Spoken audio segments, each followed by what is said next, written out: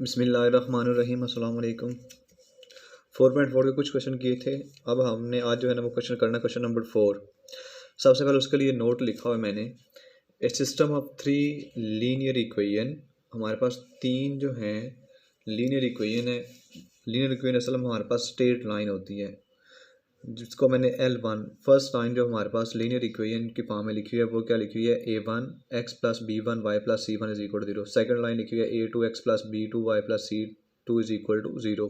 इधर third line A3 x plus B3 y plus C3 is equal to 0। Then the lines are congruent. कहता है ये तीनों जो लाइंस हैं वो कॉन्ग्रुएंट होंगी इफ़, कॉन्ग्रुएंट से मुराद है जो कि एक ही पॉइंट पे मिल रही हों। जिस पॉइंट पे वो तीनों लाइन इंटरसेक्ट करती हैं उसको हम कहते हैं ये लाइन जो हैं अगर वो एक ही पॉइंट पे इंटरसेक्ट कर रही हैं तो हम कहते हैं ये लाइन जो है ये आपस में क्या है, कॉन्ग्रुएंट है। अब ये कॉन्ग्रुएंट कब होती हैं, इफ़ डिटर्मिनेंट किसका A1 B1 C1 और सेकंड रो जो हमारे पास होगी A2 B2 C2 A3 B3 C3, इसका डिटर्मिनेंट अगर इक्वल टू किसके हो, 0 के इक्वल। यानी इन लाइंस को अगर हम डिटर्मिनेंट की फॉर्म में लिखें या मैट्रिक्स की फॉर्म में लिखें उसके बाद इसका डिटर्मिनेंट बना दें, तो पहले हम किसके कोएफिशिएंट लिखते हैं, x के लिखते हैं। x के कोएफिशिएंट क्या आ रहे हैं, A1 A2 A3। फिर y का कोएफिशिएंट, फिर जिसमें उसके बाद हमारे पास जो कॉन्स्टेंट्स आ रही हैं वो हमारे पास है C1 C2 C3। तो ये हमारे पास अगर डिटर्मिनेंट इक्वल टू 0 होगा तो लाइंस जो हैं वो आपस में क्या होती हैं, कॉन्ग्रुएंट होती हैं। यानी अगर आपने चेक करना हो कि लाइंस जो हैं वो कॉन्ग्रुएंट हैं कि नहीं, तो हम क्या करते हैं, उनको डिटर्मिनेंट की फॉर्म में लिखते हैं, चेक करते हैं क्या उसका आंसर 0 आ रहा है कि नहीं आ रहा। अगर आंसर 0 आ रहा हो तो फिर हम कहते हैं ये लाइंस आपस में क्या है, कॉन्ग्रुएंट है। क्वेश्चन नंबर 4 ये लिखा हुआ है, आपने कंडीशन फाइंड करनी है कि ये लाइनें तीन उसने दी हैं कि these line are congruent. Question number 4 के अगर मैं स्टेटमेंट पढ़ूँ तो स्टेटमेंट ये लिखी हुई है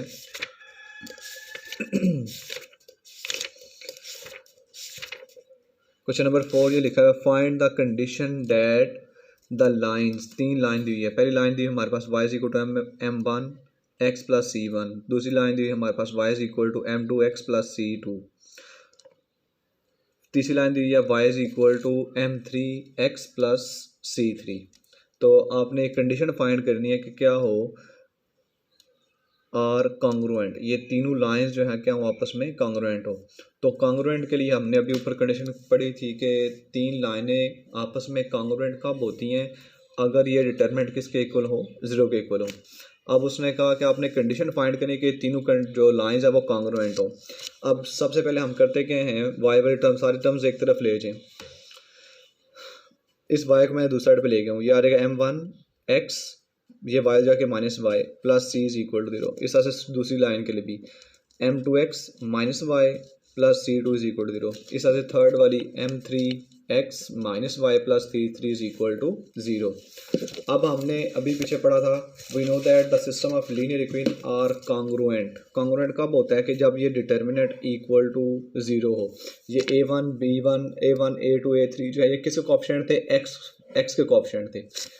फर्स्ट के लिए हमारे पास x का ऑप्शन क्या आ रहा है, m1। सेकंड के लिए क्या आ रहा है, m2। थर्ड के लिए क्या आ रहा है हमारे पास, वो आ रहा है m3। इस तरह से B1 B2 B3 का था y के कोएफिशिएंट थे। y का कोएफिशिएंट B1 हमारे पास क्या होगा, -1। B2 भी हमारे पास क्या होगा, -1। C2 भी क्या होगा, -1। उसके बाद C1 C2 और C3 वो हमारे पास C1 C2 C3 के ही इक्वल है, तो उसको हम एज इट इज लिख देंगे। C1 C2 determinant is equal to 0। इसका डिटर्मिनेंट एक्सपेंड कर लें। डिटर्मिनेंट कैसे एक्सपेंड करते हैं, सबसे पहले फर्स्ट एलिमेंट वो हमारे पास आ रहा है, फर्स्ट सोर्स को एक्सपेंड कर रहे हैं। फर्स्ट एलिमेंट वो हमारे पास है m1, इन दोनों को मल्टीप्लाई करना होगा -3।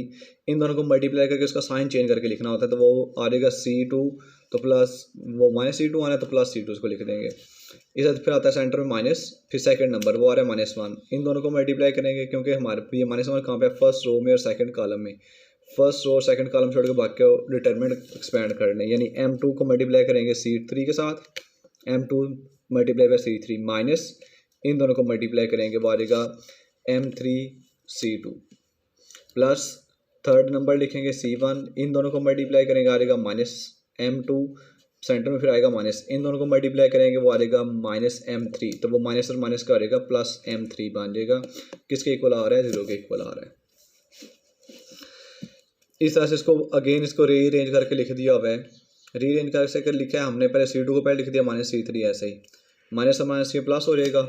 ये हमारे पास सारी वैल्यूज ऐसे आ जाएंगी क्योंकि ये +1 आना है, 1 के साथ मल्टीप्लाई करेंगे एज इट सारी वैल्यूज आ जाएंगी, यानी हम आ जाएगा M2C3 -M3C2। इसके साथ ही अब इस C1 जो है इन दोनों के साथ मल्टीप्लाई हो रहा है, C1 जो है वो मल्टीप्लाई हो रहा है किस किस के साथ, M2 और M3 के साथ मल्टीप्लाई कर दिया जाएगा -M2C1 + M3C1 is equal to 0। अब जैसे यहाँ पे फर्स्ट पे लिखा हुआ था M1, हमने जो हमारे पास आ रहा था M1C2 -C3, इस तरह से आप M2 जिसमें आ रहा है वो कॉमन ले लो। M2 जो है वो कॉमन आ रहा है इसमें से और इसमें से, M2 जब हम कॉमन लेंगे तो आ जाएगा वो C3 -C1, ये इस तरह से जो बाकी दो बचेंगे उन दोनों में से M3 कॉमन आएगा। M3 जब कॉमन लेंगे तो हमारे पास उसके साथ वैल्यू आ जाएगी C1 -C2 is equal to 0। अगर ये कंडीशन हो तो तीन लाइंस जो हैं वो आपस में क्या होती हैं, कॉन्ग्रुएंट होती हैं। यही कंडीशन हमने फाइंड करनी थी। क्वेश्चन नंबर 5 जो है वो इंपॉर्टेंट है शॉर्ट क्वेश्चन के लिए। कहता है ये तीनों लाइन है हमारे पास जो है ना वो determine the value of P की वैल्यू आपने फाइंड करनी है such that lines are meet at a point. Meet at a point से क्या मुराद है, कॉन्ग्रुएंट है, यानी उसने तीन लाइंस दी हुई हैं हमें, लाइन नंबर 1 ये दी हुई है, लाइन नंबर 2 ये है और लाइन नंबर 3 ये है। और कहा क्या है कि आपने करना है कि इसमें से P की वैल्यू फाइंड करनी है और ये गिवन है कि हमारे पास जो लाइंस है ना वो एक पॉइंट पे मीट करती हैं, यानी एक पॉइंट पे मिल रही हैं। तो अगर ये एक पॉइंट पे मिल रही हो तो हम कहते हैं ये लाइंस आपस में है क्या है, कॉन्ग्रुएंट है। Given the lines meet at a point, so we know that lines are congruent कब होती हैं, इफ़ ये डिटर्मिनेंट हमारे पास किसके होकर है, 0 के इक्वल, यानी A1 A2 A3 B1 B2 B3 C1 C3 is equal to 0 के इक्वल।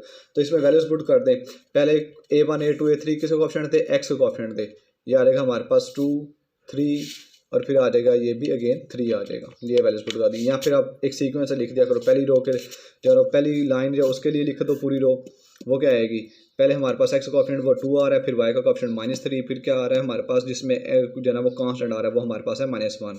इस तरह से सेकंड लाइन जो है वो इसको लिख दें, वो आ जाएगा 3 -1 एंड -5। फिर थर्ड लाइन जो हमारे पास आ रही है 3x + py + 8 is equal to 0, तो आ जाएगा 3y का कोएफिशिएंट आ रहा है p और जिसमें x नहीं आ रहा वो हमारे पास किसके इक्वल है, 8 इज इक्वल टू डिटर्मिनेंट किसके इक्वल है, हमारे पास 0 के equal.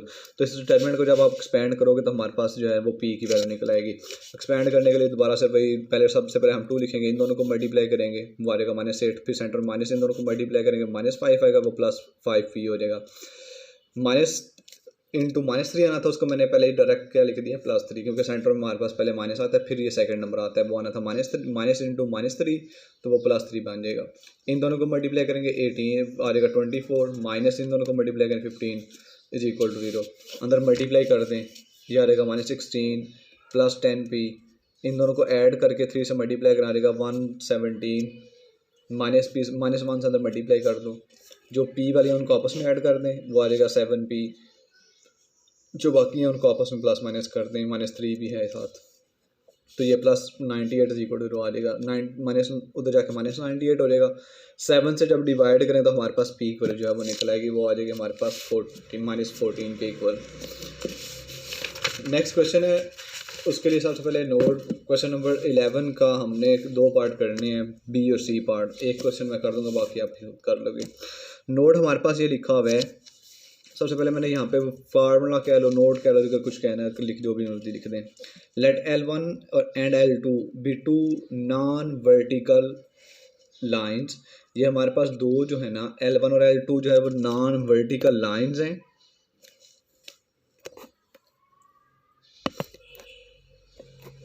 Such that they are not perpendicular. और इसमें सेकंड कंडीशन ये आ रही है कि दोनों जो है ना वो आपस में परपेंडिकुलर नहीं है, they are not perpendicular to each other if M1 and M2 are the slopes of L1 and L2 respectively. कहता है जो हमारे पास M1 और M2 है, ये हमारे पास क्या है, इन दोनों लाइंस की स्लोप है, यानी M1 रिस्पेक्टिवली का ये मुराद ये है कि ये जो फर्स्ट स्लोप है ये फर्स्ट लाइन की है L1 की, M1 की जो है M1 जो है L1 की स्लोप है, M2 जो है वो किसकी है, L2 की स्लोप है। देन द एंगल, जो हमारे पास एंगल बनता है theta from L1 to L2, जो हमारे पास एंगल बन रहा है थीटा कहाँ से कहाँ तक, L1 से L2 इज़ गिवन बाय, वो हमारे पास फार्मूला होता है tangent theta is equal to M2 minus M1 over 1 plus M1 M2। यानी अगर आप एंगल फाइंड करो, यानी अगर ये हमारे पास लाइन 1 है, लेट अस सपोज ये हमारे पास लाइन नंबर 1 है और ये यहाँ पे हमारे पास लाइन नंबर 2 है। अगर आप इसका एंगल फाइंड करना चाह रहे हो from line L1 to L2, यानी इस तरफ L1 से मेजर करना स्टार्ट कर रहे हो और किस तरफ जा रहे हैं, हमारे पास L2 की तरफ जा रहे हैं हम, तो उसके लिए फार्मूला क्या होगा, M1 L1 की स्लोप थी M1, L2 की स्लोप थी M2। तो जिसकी तरफ आप जा रहे हो पहले उसकी स्लोप आएगी यानी M2 माइनस फिर उसके बाद फर्स्ट वाले की, जहाँ से आपने मेजर करना स्टार्ट किया M1 ओवर 1 प्लस, नीचे 1 प्लस आएगा क्योंकि ये M1 और M2 दोनों इकट्ठे आने, जिसको मर्जी पहले मर्जी लिख दें, उसने जो है ना वो तरतीब से लिख दिया M1 इंटू M2, या फिर हम इसको लिखा जा सकता है टेंट को दूसरे साइड पे ले जाए, टेंट इनवर्स बनेगा tent theta is equal tent inverse M2 minus M1 over 1 plus M1 M2, ये हमारे पास आ जाएगा। अब क्वेश्चन नंबर 11 ये लिखा हुआ है, find the interior angle of the angle of the triangle whose vertices are. कहता है हमारे पास जो है ना वो एक ट्राइंगल का वर्टिसेस गिवन है, आपने उसके इंटीरियर यानी उसके इनसाइड जो एंगल बनते हैं वो आपने फाइंड करने हैं। अब एंगल हम हमेशा जो है एक्स एक्सिस से, जैसे अगर तो अपने एंगल पॉजिटिव, जैसे हम कहते हैं कि पॉजिटिव एंगल कब आता है, जब रोटेशन या मेजर जो हम करते हैं किस तरफ हो, अबाउट जो है वो हमारे पास क्या हो, एंटी क्लॉकवाइज हो। या फिर बुक में अब जो अगर आप देखोगे ना कि क्वेश्चन में बल्कि नोट एक लिखा हुआ है पीछे कि जो एंगल है वो हम हमेशा पॉजिटिव एक्स एक्सिस से मेजर करना जो है ना वो स्टार्ट करते हैं, ठीक है, यानी एक्स पॉजिटिव एक्सिस से लेके दूसरी तरफ हम जो है ना वो इसको मेजर करना स्टार्ट करते हैं। और वैसे भी ये जो डायरेक्शन बन जाती है वो हमारे पास कौन सी बनती है, वो अबाउट एंटी क्लॉकवाइज बनती है, तो एंगल हमारे पास जो है ना वो हमेशा क्या आता है, फिर पॉजिटिव आता है। अब 3 हमारे पास जो है ना वो पॉइंट्स जो है A B C, लाइन आपने एक ट्राइंगल बना लेनी है छोटी सी, पॉइंट्स जहाँ पे मर्जी रख लो A B एंड C। अब जो डायरेक्शन है वो पॉजिटिव एक्स एक्सिस की जो है ना वो उससे आपने स्टार्ट करना है इस तरह से, अबाउट एंटी क्लॉकवाइज हो जाएगी वो डायरेक्शन, या फिर जैसे भी आप देख लो। अब सबसे पहले तो हम करेंगे क्या, ये हमारे पास पॉइंट A B और C है, सबसे पहले हम इन तीनों साइड्स की स्लोप निकालेंगे। पहले हमारे पास एक लाइन बन रही है AB, एक हमारे पास लाइन बन रही है AC, एक लाइन हमारे पास बन रही है BC। इन तीनों लाइंस की स्लोप निकाल लेंगे, क्योंकि जो हमने एंगल का भी फार्मूला पढ़ा था उसमें स्लोप्स जो है ना वो यूज़ होती हैं लाइन की। यानी एक लाइन हमारे पास ये बन रही है AB, एक लाइन हमारे पास बन रही है AC। अगर आपने इसके दरमियान अगर आपने एंगल फाइंड करना है तो आप क्या करोगे, पहले इन दोनों की स्लोप फाइंड करोगे। तो मैंने यही किया, पहले इन तीनों लाइंस की स्लोप फाइंड कर रहे हैं। M1 is equal to slope of AB, तो अगर 2 पॉइंट गिवन तो उसके लिए फार्मूला क्या था, y2 minus y1 over x2 minus x1। तो हमारे पास स्लोप जो है M1 हमारे पास यूज़ हो जाएगी, ये हमारे पास A और ये B पॉइंट हमारे पास गिवन है 7 माइनस 1 यानी y2 minus y1 over x2 minus x1। तो M1 की वैल्यू निकल आएगी -3/2। इस तरह से स्लोप ऑफ BC की जब हम स्लोप निकालेंगे तो B और C जो है ना वो हम उन पॉइंट्स को यूज़ करेंगे, y2 minus y1 over x2 minus x1 formula लगाएंगे तो हमारे पास M2 की वैल्यू निकल आएगी 7/4। इस तरह से आप स्लोप फाइंड करोगे M3, वो हमारे पास होगी AC की स्लोप जो हमारे पास आएगी वो आएगी y2, अगेन फार्मूला लगाएंगे तो आपके पास M3 की वैल्यू भी निकल आएगी और M3 की वैल्यू आ जाएगी 2/3। अब जितने भी एंगल आपने फाइंड करने हैं वो उनके आपने जो है ना वो पॉजिटिव एंगल लेके आने हैं।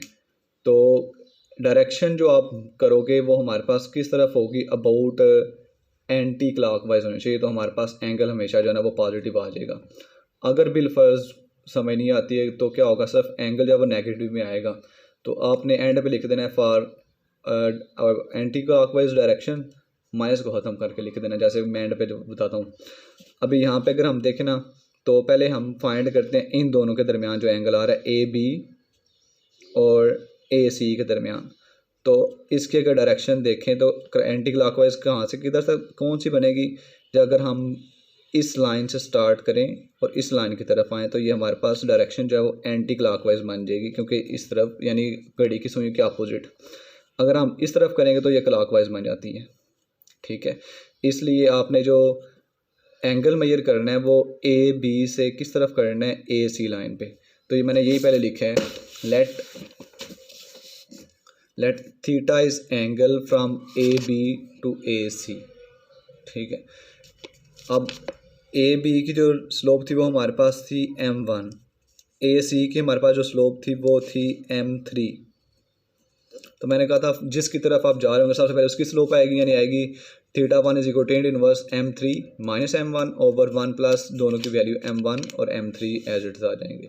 तो इनकी वैल्यूज पुट कर दो, m3 की वैल्यू पुट कर दी है, m1 की वैल्यू माइनस में थी तो वो माइनस और माइनस प्लस हो जाएगा, नीचे भी वैल्यूज पुट कर दी हैं। ऊपर एलसीएम ले लें, एलसीएम लेंगे तो हमारे पास 6 एलसीएम आ जाएगा, ये आ जाएगा 4 + 9, नीचे आ जाएगा 1, ये 3 से कैंसिल, 2 से कैंसिल, ये माइनस बाहर आ जाएगा, यहाँ पर आ जाएगा 1 माइनस 1 0 हो जाएगा, बटे में 0 जो आंसर क्या होता है इन्फिनिटी। और टेन का आंसर इन्फिनिटी कहाँ पे होता है, 90 डिग्री पे। यहाँ पे टेन इनवर्स आपने लिखना है, टेन इनवर्स इन्फिनिटी, टेन की वैल्यू इन्फिनिटी कहाँ पे होती है, कौन से एंगल पे, 90 डिग्री पे। अब आपने सेकंड एंगल फाइंड करना है। अब सेकंड एंगल जो है ना वो सारे के सारे आपने अबाउट एंटी क्लॉकवाइज ही मेजर करने, तो फिर पॉजिटिव आते हैं।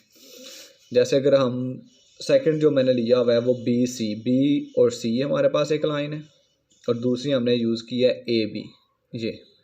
अब अगर हम इधर से मेजर करेंगे तो ये जो डायरेक्शन है ये क्लॉकवाइज बन जाती है।